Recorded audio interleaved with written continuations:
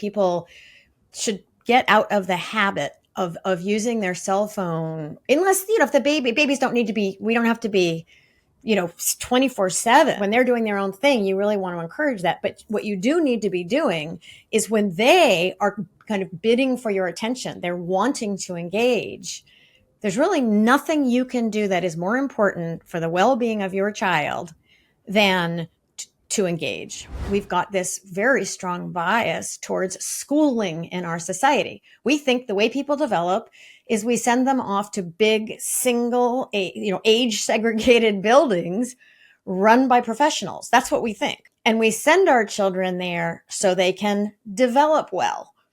That is a flawed idea, but it really is just absurd to say that we can't, as a society, make it possible for parents who want to spend more time raising their own young children because of the economy.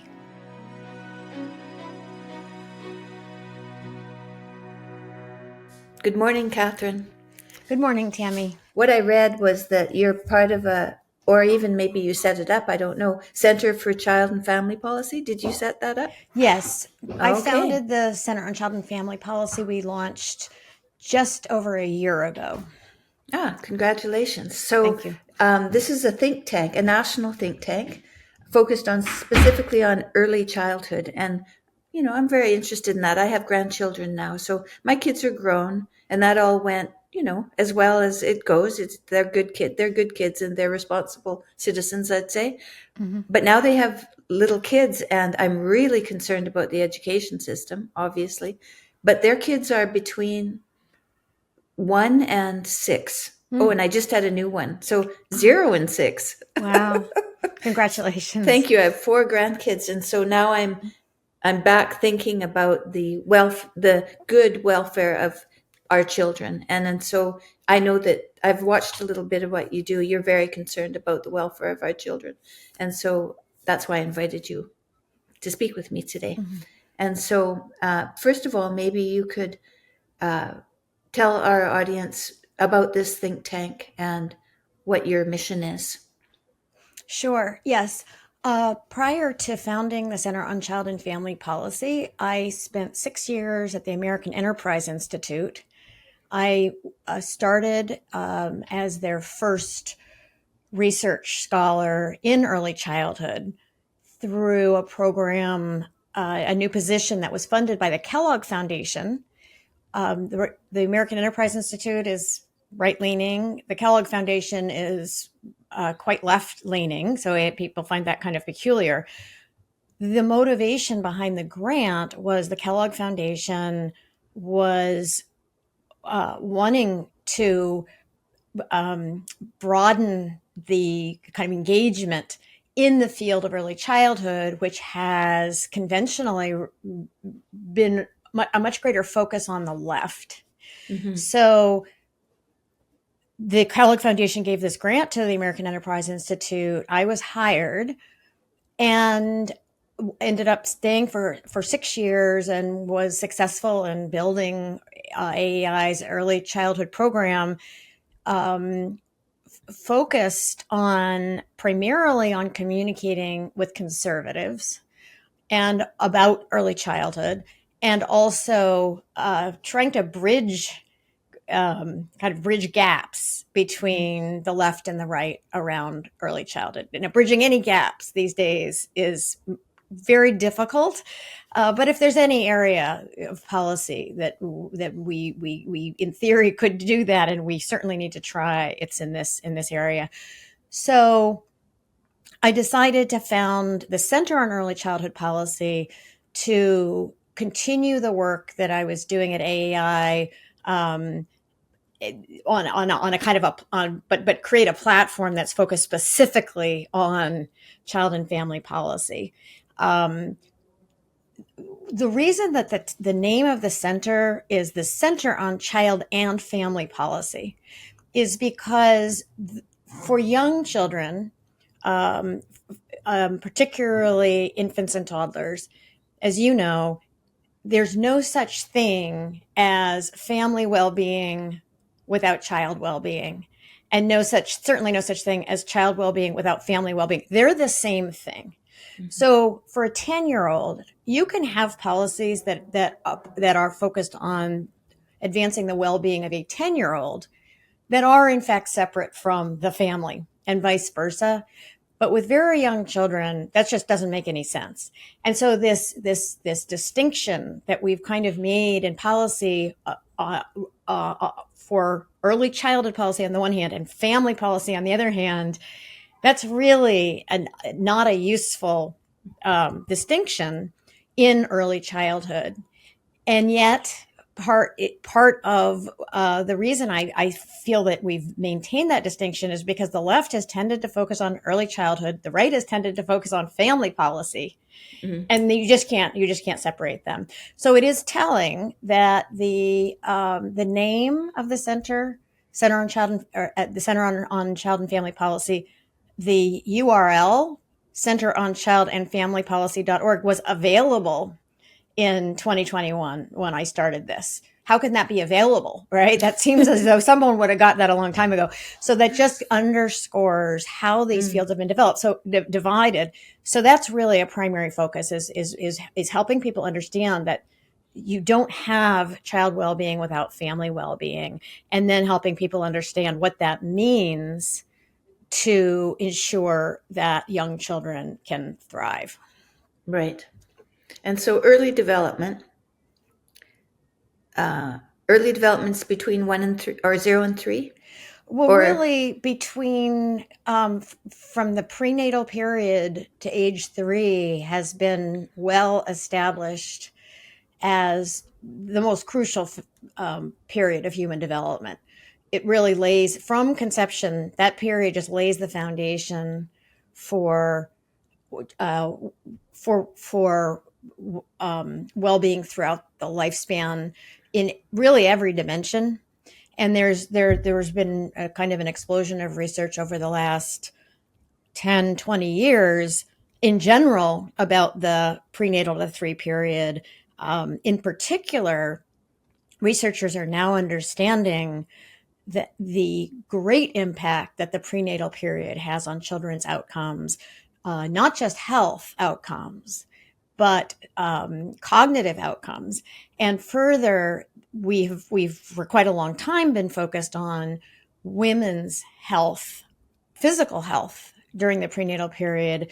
What researchers are now understanding is that um, ex- high levels of sustained uh, anxiety and depression during the prenatal period also has a detrimental effect on young children, on the mother. on the mother, but on Yeah. on her baby. Right. That there are observable changes, observable effects on a newborn baby of mothers who've had sustained stress, anxiety, and depression. I mean, I don't mean getting stuck in a traffic jam or being upset because your husband didn't take the garbage out, right? I mean, women who are in maybe alone, in poverty, dealing with an abusive partner, that kind of thing. Right. Um, Right. Chronic. Chronic. Chronic. That's a good. Thank you, Tammy. That's You're exactly welcome. the. That's exactly the right word. Yes. And then the period, so that period, which we really have not been focused as much on, and we need to focus more on it. And then the infant period of infancy and toddlerhood, which lays the foundation for lifelong development and is almost entirely dependent on the nurturing care of adults in the child's environment. And when those adults, for whatever reason, are not able to provide that kind of nurturing care to young children, um, it's been pretty clearly established that has detrimental effects on a child's development. So then, was the policy partly set up for people who are from uh, children who are from disadvantaged families? The center on child and family policy, my center, we are primarily focused. I would say that we're more focused um, on children from disadvantaged children and families because those are the ones that are are most relevant to policy. They're the ones who need help. Yep. For more wealthier families, there's a lot of evidence, as you know, that our children are not doing well. Hmm. Not girls, not Right. boys, right? Mm-hmm. I mean, it's the mental health, emotional well-being of children is in what many are describing as a crisis state. We don't know what all the causes for that are. However, one thing that people don't understand, um, that I think at all income levels is having a detrimental effect on children, is how crucial a nurturing, responsive, ongoing interactions are with young children. Okay. When you say nurturing, what do you mean by that? Um,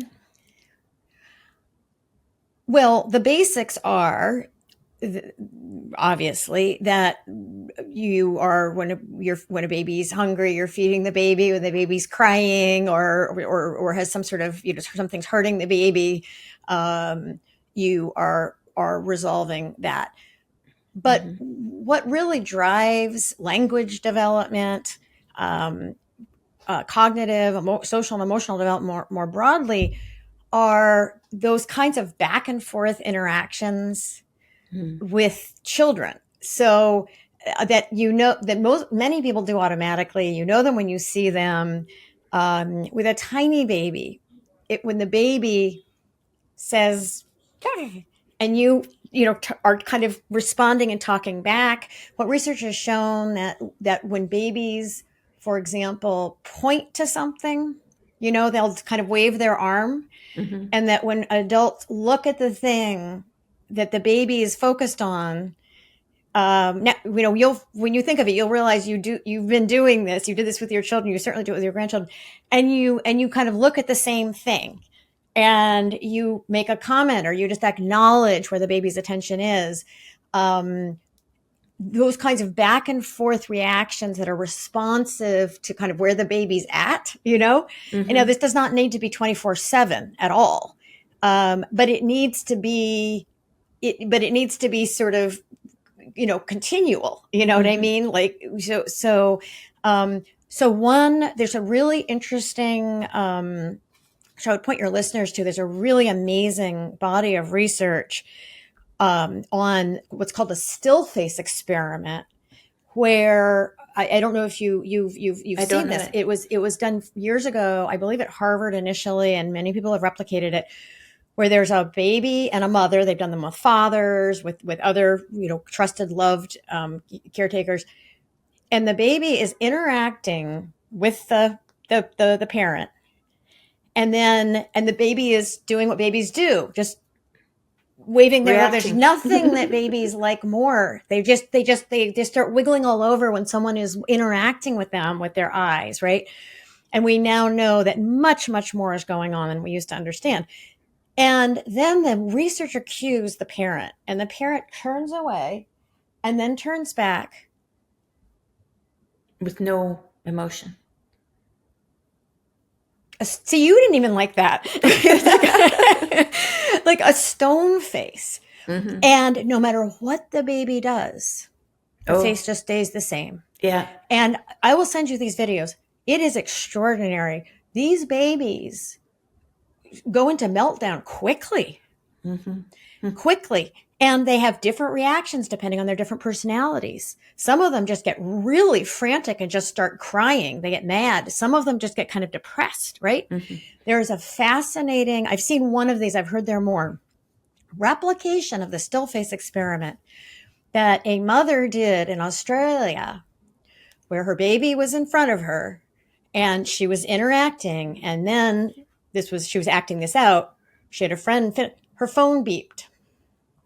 And she picked up her phone and Mm-hmm. she went like Mm-hmm. this. Right, right, right. Mm. And the baby, now from her point of view, this is like 2 seconds, right? Just give me 2 seconds, right?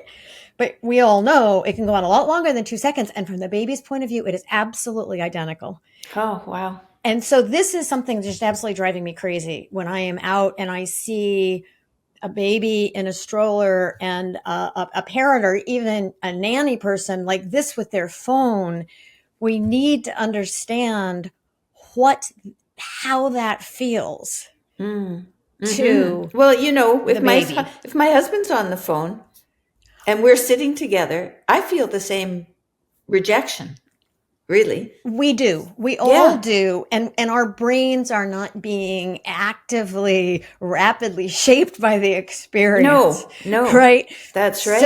So this is what I would say. I mean, so for wealthier parents, um, they don't suffer from the kind of material deprivation, sort of uncertainty of, do we have enough money to pay the bills? Are we going to be kicked out of our rental? They don't have those kinds of Hmm. stresses, right? Hmm. Hmm. And those stresses can preoccupy a parent where they're just not engaging with their baby. Yeah, With wealthier parents, I think it is more likely to be cell phones, absolutely. and we don't know, it really hasn't been studied Oh, that's yet. fascinating. Yes, that's fascinating. Everybody should be paying attention to that right away. Like, oh, let's see, what am I doing? Like Where is that phone when I'm with my no baby? cell phones when you're with your baby. People have told me, people find that even pets don't like cell phones. Maybe. Yeah, So yeah. that's an experiment people can do, right? But or notice with their own pet. But pets can survive. We have pets. We can use our cell phones with our pets. But really, people should get out of the habit of using their cell phone, unless if the babies don't need to be. We don't have to be 24/7.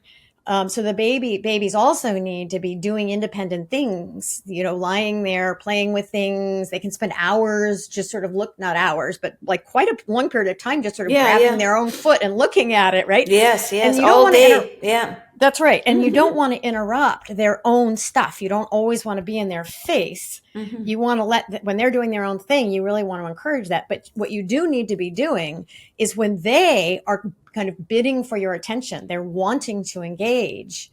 There's really nothing you can do that is more important for the well being of your child than to engage. Right. To put down your phone or look away from your computer and yeah. Yes. Hmm. Oh yeah, that's fascinating. So the primary aims you say here of early childhood policy must be strengthen families, to support good parenting and improve early health from the prenatal period on. So these policies, it's not about education exactly. No? No. And this is my thought on this. We do, in fact, when we talk about or think, when I say I work in early childhood, Hmm. I've now been in this field for what is it, 9 years. Um, People assume that I mean, quote, early childhood education, Hmm. Hmm. pre-K, Head Start. Now people think maybe childcare, but basically school-like environments. And my thought on this, Tammy, is that really since the 1960s, um, our our society has been putting a ever greater focus on schooling as our human development strategy. Hmm. The current emphasis on public schooling, particularly for more disadvantaged kids, was really a war on poverty emphasis. President Johnson was the first to say that the public schools will be the path to upward mobility. That wasn't an idea that was really a major focus prior to that. Um, and along with that came increasing federal money, increasing state money. Now states are spending between a third and a half of their entire budgets on public schools. Right. So their monthly budget. is half education. Yeah, a third to Yeah. a half, Yeah, that blew exactly, me of away. all the Yeah. tax, right, exactly. They are way bought into this, right? Or even if states wanted to kind of take a step back and rethink this massive investment in schooling, it's going to be very difficult to do. So we spend a lot of time trying to reform it. But the fact of the matter is that if you think of, as I think over history, it's been more thought of. If you think of education as human development, schooling is can be a very important part, but it is just one fairly narrow part of human development Hmm. for older children. And as we know, it is not working well for a lot of them. No. With younger children, schooling makes no sense as a way of thinking of human development. No sense. No sense. No sense for infants and toddlers. For 3 year olds, I are borderline 4 year olds. I did teach in preschool. I taught with 4 year olds. 4 year Hmm. olds do, some of them, not all of them, like to spend time in groups of 4 year olds. They like to play with other 4 year olds. That is 3 year olds are not even at a developmental point where the younger threes aren't even at a developmental point where they play much together. Are Infants there and any kids? Are there any kids dependent on their personalities that do? yeah, it varies, but just developmentally, there is no such thing as a baby that benefits developmentally from hanging out with other babies. That's just not how Right. that's just not how we are. And so, but here's what's happened. We've put so much emphasis on schooling as our human development strategy. Now that we're understanding that these early years are so much more important than we had previously been realizing, we're thinking that means we have to make schooling earlier and earlier. Right. We now know early development is important, and we're automatically thinking that means early schooling. And Hmm. that's Oops. oops. Oops. Oops. Exactly, oops. That's a big enough a mistake in the older years. People cannot develop via schooling. That's not that it can be a part of it, but our reliance on schooling is causing a lot of problems for older kids. And with younger kids, it's just nonsensical. So so part of what I have been focused on is if you want to advance the well-being of of very young children, particularly infants and toddlers, you don't do that by increasing school or improving school. You do that meaning expanding childcare and increasing its quality. That can't be your first area of focus. Your first area of focus has to be what research is just unequivocal has just shown clearly, which is that families are what matter to the well-being of young children. Now, if a parent there was a universal child care program that was launched in Canada a number of years ago, and there's been a couple of decades ago. There's been a lot of research on that. What they have shown is that for children who come from disadvantaged families, and particularly single parent disadvantaged families, Hmm. on average, do benefit from high quality childcare. And the key here is the effect of childcare or pre K or Head Start is going to be determined by the quality of that relative to the alternative. Hmm. And so there's nothing inherently valuable for a young child about going to a non parental group environment. There's nothing inherently valuable about that. For most young children, their own home is the best early learning environment. If that home is for whatever reason, not able to provide what the young child needs in along the lines of what I've been talking to, sort of engaging and talking. And then when kids get older, they look at a truck and you say, oh, that's a big truck. What color is that truck? Those kinds of learning big and small and red and blue, those kinds of things. If that's not able to happen in a home, in a loving kind of supportive context, then high quality childcare will be helpful to a child. But we can't think about it as it is something that is good for all children. And So one when of you the things, say it's not helpful, what do you mean by not helpful? well, what I mean is that there's nothing unique there. It's not been shown that there's anything uniquely beneficial to a child with a good, decent home environment of being in group non-parental care. In other words, it doesn't add anything. So why do we do it then? We do it because our I think we do it. Well, there's two reasons I think we do it.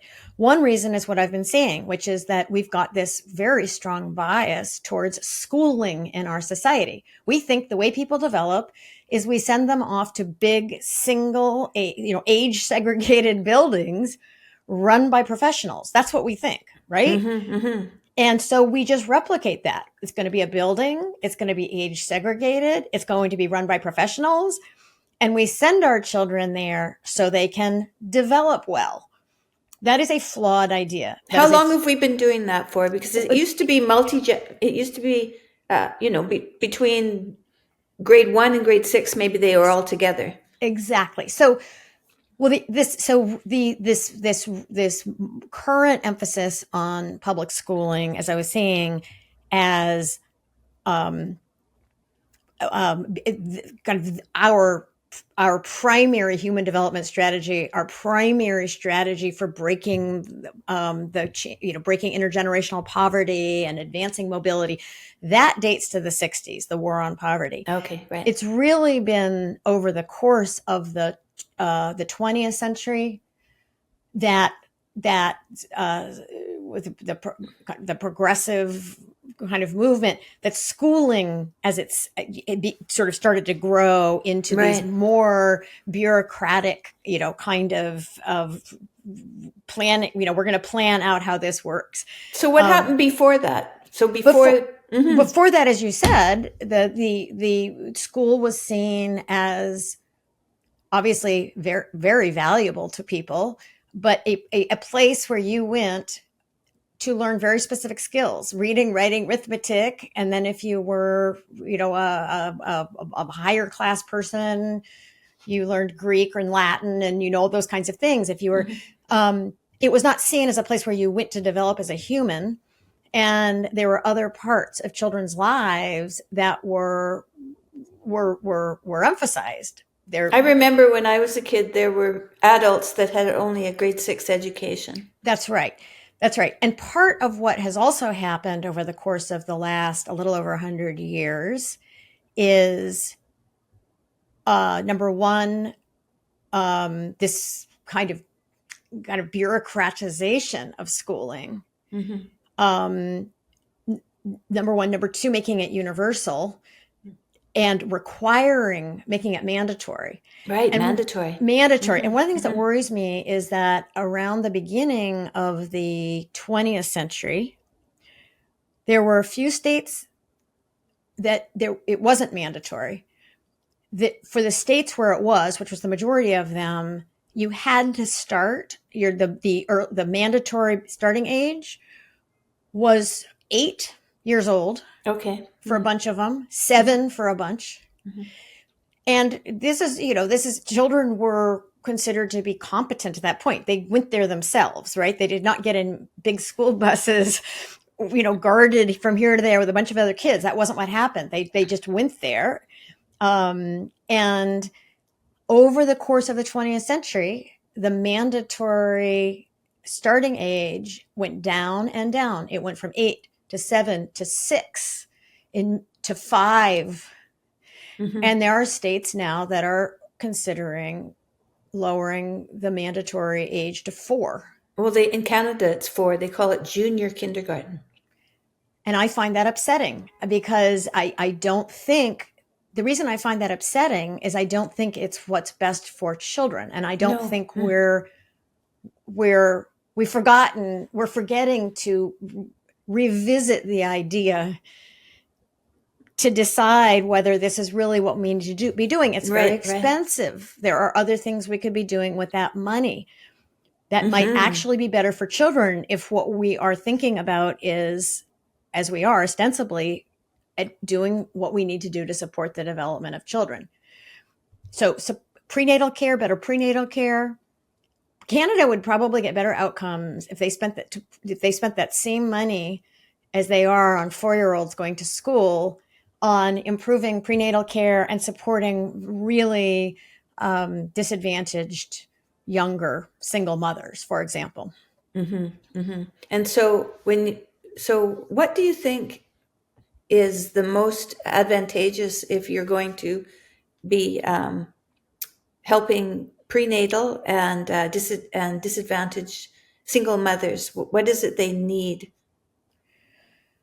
Well, what they need is what anyone needs, which is to first and foremost have not feel all alone. Right. And that I think is become a really a terrible problem. Like the number of young poor women who are pregnant and have really no one in their lives to support them. That's just not sustainable I mean, that's just sort of No. a nightmare, right, for anybody. Right. Right. And then if on top of it you're worried about money, um, the levels of depression among that group of women are very high. People have estimated between 25 and 50%. I think people just start to feel very hopeless and they Right. don't see a way out. Hmm. And not only is that emotional state very going to be bad for their baby when their baby's born. There's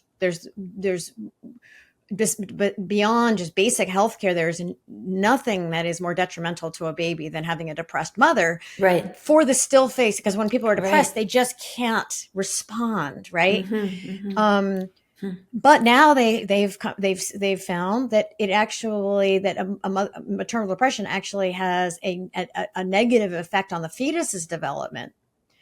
Hmm. Um, and so the programs there's programs that are focused on quote prenatal care, but um, structured in terms of supporting the mother, Hmm. not 15, in the States it's like you've got like 15-minute appointment to kind of check on your physical health. There's a wonderful project that I think is awfully promising, which is group prenatal care, where they bring together, for example, so in the United States, they get their allotment. What Medicaid will pay for it's 15 minutes each person, right? Hmm. So they pull together a group of 8 women and they combine their 15 minutes. So that's 2 hours. Hmm. So you can, for the same exact money, have a group of 8 women who are now getting support from each other.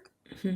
And it's led by, as I understand it, different kinds of professionals, nurses, and more, sort of psychologically oriented people. Hmm. And they are also training the mothers to take some of their own vital signs.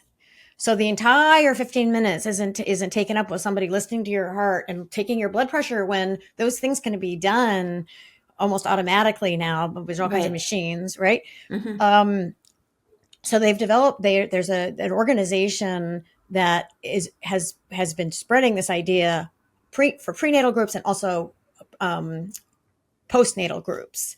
So mothers come with their babies Hmm. and there's a well baby, same exact idea. There's a well baby check, but instead of this, the doctor just like listening to the baby's heart and sort of, poking its foot or whatever, and then barely looking at the mother and saying, well, he's fine. it's the same exact thing. 2 hours with mothers sharing their experiences. That is That's a the great idea. isn't it amazing? That's a I great just love idea I because love you that might idea meet so much. someone that you can talk to, and Exactly. right, yeah, So building on that, and just, which might require more funds, more public funds, but to me that's an area where it would be worth looking at spending them. How to build on the relationships that women are developing during those programs. Another huge problem is this bifurcation between obstetricians and pediatricians. And so women see obstetricians when they're pregnant, and then the obstetrician goes away. You never see the yeah, person again. Now you've got this pediatrician who isn't even seeing you; they're seeing the baby. right, But what apparently needs to happen is to think of the mother. It's a dyad. That's the term that's used. right. And you treat the dyad, and it's a dyad when the woman's pregnant, and then it's a dyad after the baby's born, and it's the same people. It's the same And dyad. it is because isn't it true that if a mother is sick, the baby can, and they're nursing, the baby is nursing, that they can give the mother some uh, cells. I don't know exactly what the cells are to help their immune cells to help fight whatever they're, because they need them to survive because they're babies. Yes, there's all kinds of Wild, huh? it is a dyad. It's a dyad that's developed over tens of thousands of years as a dyad. Yeah. And right, and so we have to think of it that way. And Mm-hmm. that dyad is disrupted by the way our medical system is set up. That dyad is disrupted by our society and its emphasis on working outside the Yeah. home, right? And Mm-hmm.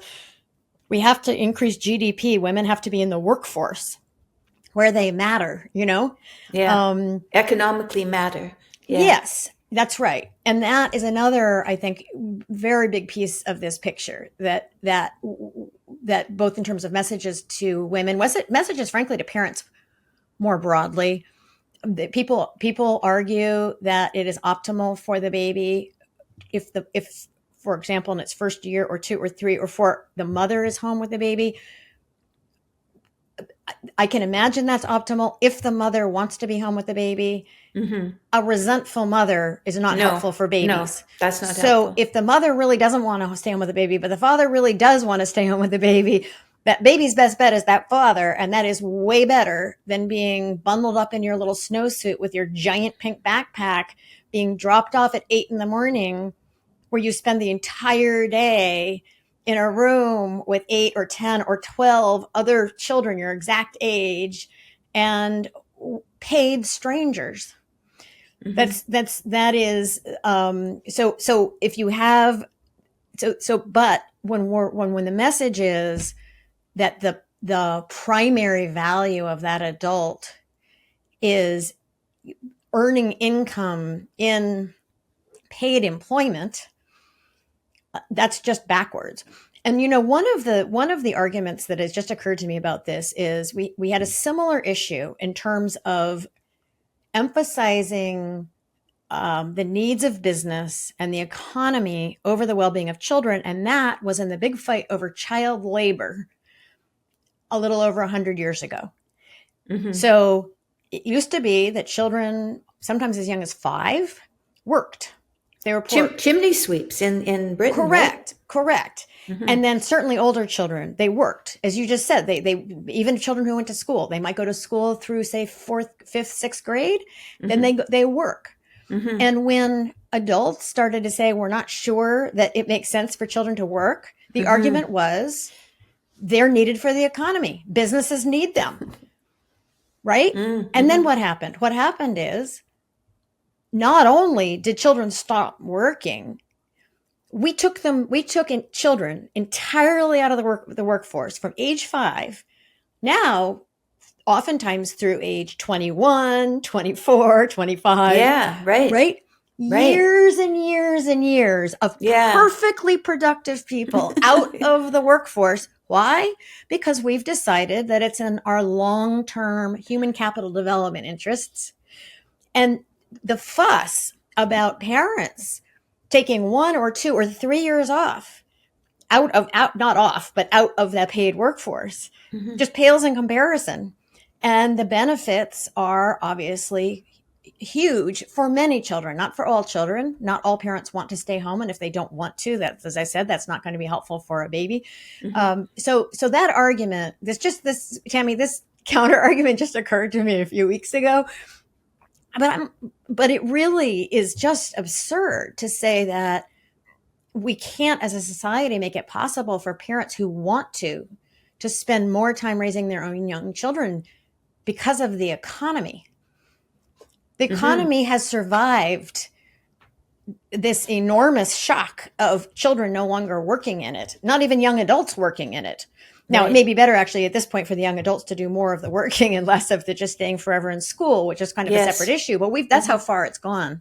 And I think that because I think myself, I finished high school, I went off to university, took a couple of courses, and then thought, yeah, no, I don't know if I want to study that. And then I worked for a year, right? Mm-hmm. Worked for a year. And then I thought, well, I have to go to university. So then I, put myself back in there and figured out what I wanted to study. And I went to university and put myself through that 4 years and did it. But I had to bolt my ankle to the books, really, because Right. I could have easily just worked. But Yeah. that's not what's valued. And fair enough, like my parents didn't go to university, so they really wanted us Right. all to go. So we all went to university. So there's this thing, right? And one generation doesn't go and then the next generation does go. But under that, there's this whole idea that education is the way. Schooling schooling Schooling. education is, I mean, of course, we got to learn, but there's so many ways to learn. We used to take our kids out when they were young. If we went on a trip, we'd think, they're going to learn just as much with us as they are in Yes. school, and we can take them out. And so we did that pretty liberally when they were young. Uh, and it seemed okay, Yeah. right? But there's always this underthink. They should be in school. Well, that's right. And you know what's frightening about this, Tammy? We've talked about how schooling has become more and more mandatory. Hmm. Well, in Sweden, homeschooling is illegal. You're not even Right. allowed to school at home. And there's a colleague who actually attended the conference recently. Hmm. She wants to go to it's an island in Africa. They have some opportunity to go there for 6 months. It's illegal. Sweden won't let them take their kids. Hmm. So what you Hmm. did with your children, Could be governments illegal. are making illegal. And the reason, what they're Huh. saying is the way for your child to develop as a human is to send that child all day, every day to a building where professionals that we choose and train and pay oversee the development of that child. Hmm. And there are cases where, in fact, non-family professionals are hugely helpful. But the idea of structuring an entire childhood around the requirement that the primary shapers um, are non-parental government institutions, which is not what we don't really think of it that way. We don't call them non-parental government group institutions, but they are We actually, could, though. We we could could call call. them that. And to me, I actually started to think of them more that way. I used to work in K-12, Hmm. and I didn't think of it that way then. Once I started working in childhood, I kind of worked backwards, and I realized actually this idea is kind of bugging me at all levels. And in fact, it is, parents are increasingly recognizing that it is not necessarily what's best for them and their children. The rise in homeschooling. There's a lot of stories like this out of COVID. There's a woman that I Mm. know who I'm actually going to be interviewing on the podcast that I do, that I'm very excited about. She was a lawyer, and her older two children went to school. Um, Then she happened to get pregnant. She was pregnant during COVID, had her baby during COVID, and now she'll go back, I am sure, to working as a lawyer, or my guess is. But now, not only is she caring for her youngest, she's homeschooling her two older kids. Right, because she's home anyway. Uh-huh, That's right. And uh-huh. so the whole thing, she just like the whole center of gravity. I've heard many stories like this where the whole center of gravity just shifted from the workplace and the big school building and the childcare center to home. Hmm. And some people didn't like it, but quite a few people seem to have felt like, oh, this actually just feels so much better. Not for the rest of your life, right? I mean, Right, right. it's a relatively short period of time. Yeah, nothing is for the rest of your life. You know, when my kids were young and my siblings' kids were young, we went to my sister's place on the farm Mm, for a week in the summer. We thought, oh yeah, we'll do this like year after year after year. Yeah, we did it for a few years and then it was done. Then it was done. It was done. The kids right. were older. It was done. It was like, oh, that didn't last very long, which is what it's like. That's what life is like. Oh, it doesn't last very long, no matter what Right. you do that you think you're going to do forever. So thinking that Right. if you did bring your kids home and you did homeschool them, that it's going to last forever, it's No. not. They're going to actually grow up and leave, and then you can go work all you want.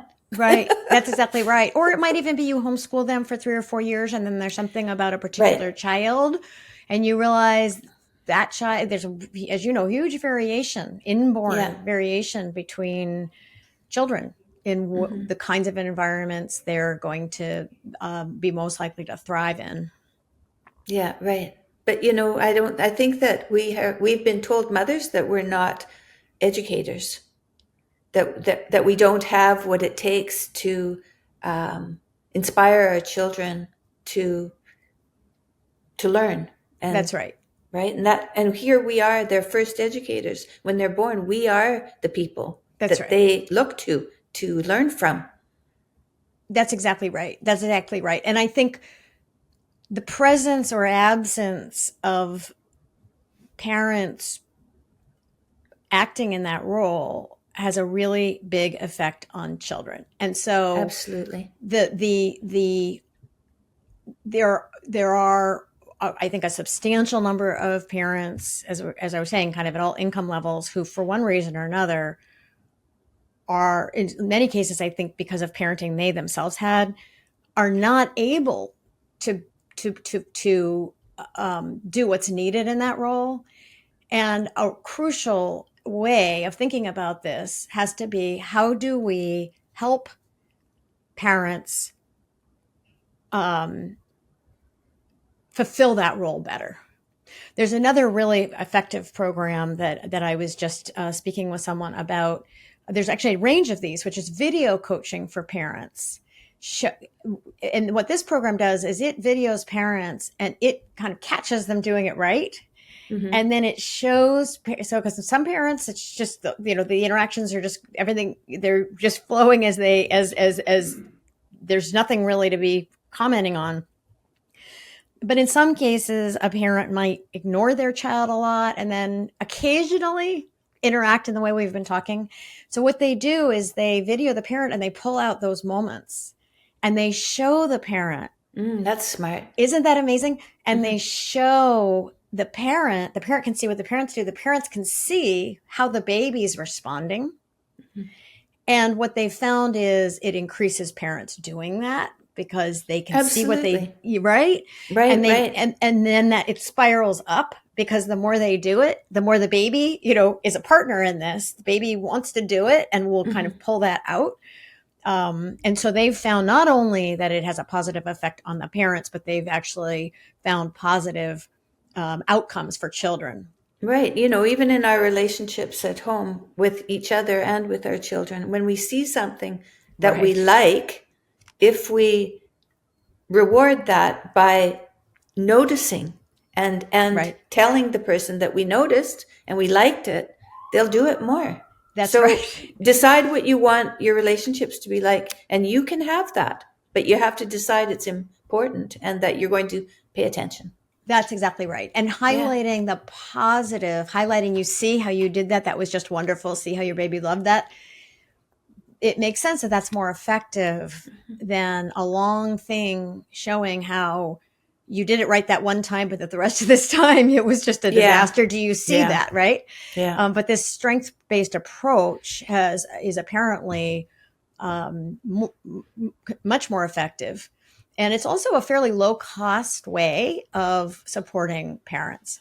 So, what do you think about the fact that a third to a half of the state money goes towards education, and that Schooling goes towards schooling, schooling. sorry, schooling, teachers, and the whole, yeah, State departments of education, and right. What are we going to do about that? it's Do you very have any tough. ideas?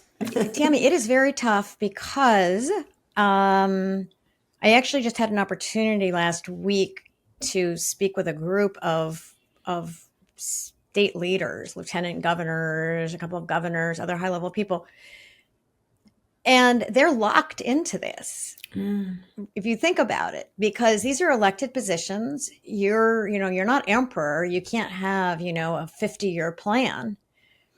And in the moment, good schools are of huge importance to your constituency.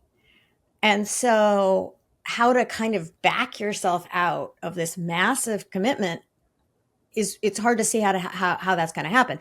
We've been throwing good money after bad, actually. hmm This since the war the in 1965, President Johnson described this new federal money for the public schools as the cornerstone of his war on poverty. And just a few years after that, there was the first school reform commission. And we've had school reform commission after school reform commission, ending, and the last one in the States was No Child Left Behind. Right. And each and every one says the exact same thing. I did a report on this that I'll send you. It never worked. In other words, from the very beginning, there's been these just, call to arms. The idea never worked. But at each stage of this, the outcome is to put more money into it. That's just how these things work, So, what right? could we do? What could we do? Is it homeschooling and charter schools? Is I, that I, the I way think forward? I think what's promising is homeschooling. Um, what's promising is the money following the child and expanding the range of ways that money can be used. Mm, mm, So I actually don't know if I think there may be states now where, let's just say your public school spends $10,000, your system spends $10,000 on the kid. And if you homeschool, you get that $10,000. right. I'm Mm. not, I don't know if any state's doing that yet. Charter schools are a start. That's just a little bit better. Vouchers are even better. What's a If voucher for? Do you a think? voucher is you get the money, but you could use it at a private school, Yeah. right? Right. That's right. Right. Charter schools are within the public system. Oh But yeah. what would really be ideal is, there's nothing wrong, frankly, with carving. We've already carved the money out. $10,000, $15,000 per kid, right? hmm That's hmm been carved out. And if we were hmm starting from scratch, it's hard to imagine that would ever happen. But here we have it, hmm right? Yeah. Yeah. And so that's not a bad thing at all. That money can be used for many good things. And the more we can extricate the money from this vast, vast system, hmm teachers, principals, school bus drivers, state departments of education. It's a vast industry. hmm And the problem is that getting the money out of that so that it is attached to the child is predictably very, very difficult, because it is a zero sum game, in the sense that if that money is going to the child, it's being taken away from a whole hmm lot of adults, some of whom, some of them, people need jobs, right? Yeah. School Right. bus drivers need jobs. hmm If we did this plan if I were emperor and I got to do this, there would be a whole lot of unemployed school bus drivers. And that is a problem. I understand why they would not want that, right? Mm-hmm. Leaving teachers out of it. Mm-hmm. So there's a Mm-hmm. Mm-hmm. lot of jobs that are dependent on this, and I just don't under we so that is a very big problem. How we can be prioritizing maintaining adult jobs over the long-term well-being of children just doesn't really make sense to me. I don't think we can as a society really afford to do that. Well, that's what we're trying to do too right now. We're trying to debate and talk about this because it has to be spoken about more. And do you go around talking about this to different places? And how do you spread your thoughts around? Somewhat, as I said, Except for your we've podcast, you have Early Matters yeah, Early Matters through my podcast. podcast. Mm-hmm. We just launched the center. It was November 30 a year ago. Oh, yeah. So it's Congratulations. thank you. So I've been sort of out there more Yeah, over that's the new. That's new. yeah, it's That's new, very good. exactly. That's very good. But whether it's something I'm whatever I can do to help, I am very happy to. I want to do whatever I can do. So if you or any of your listeners have ideas, I will be thrilled to hear them. Mm-hmm. Mm-hmm. Yes, that's for sure. Well, I think that we've covered. Do you have anything else you want to say? I don't think so, Tammy. I've loved chatting with you. It was very nice to meet you.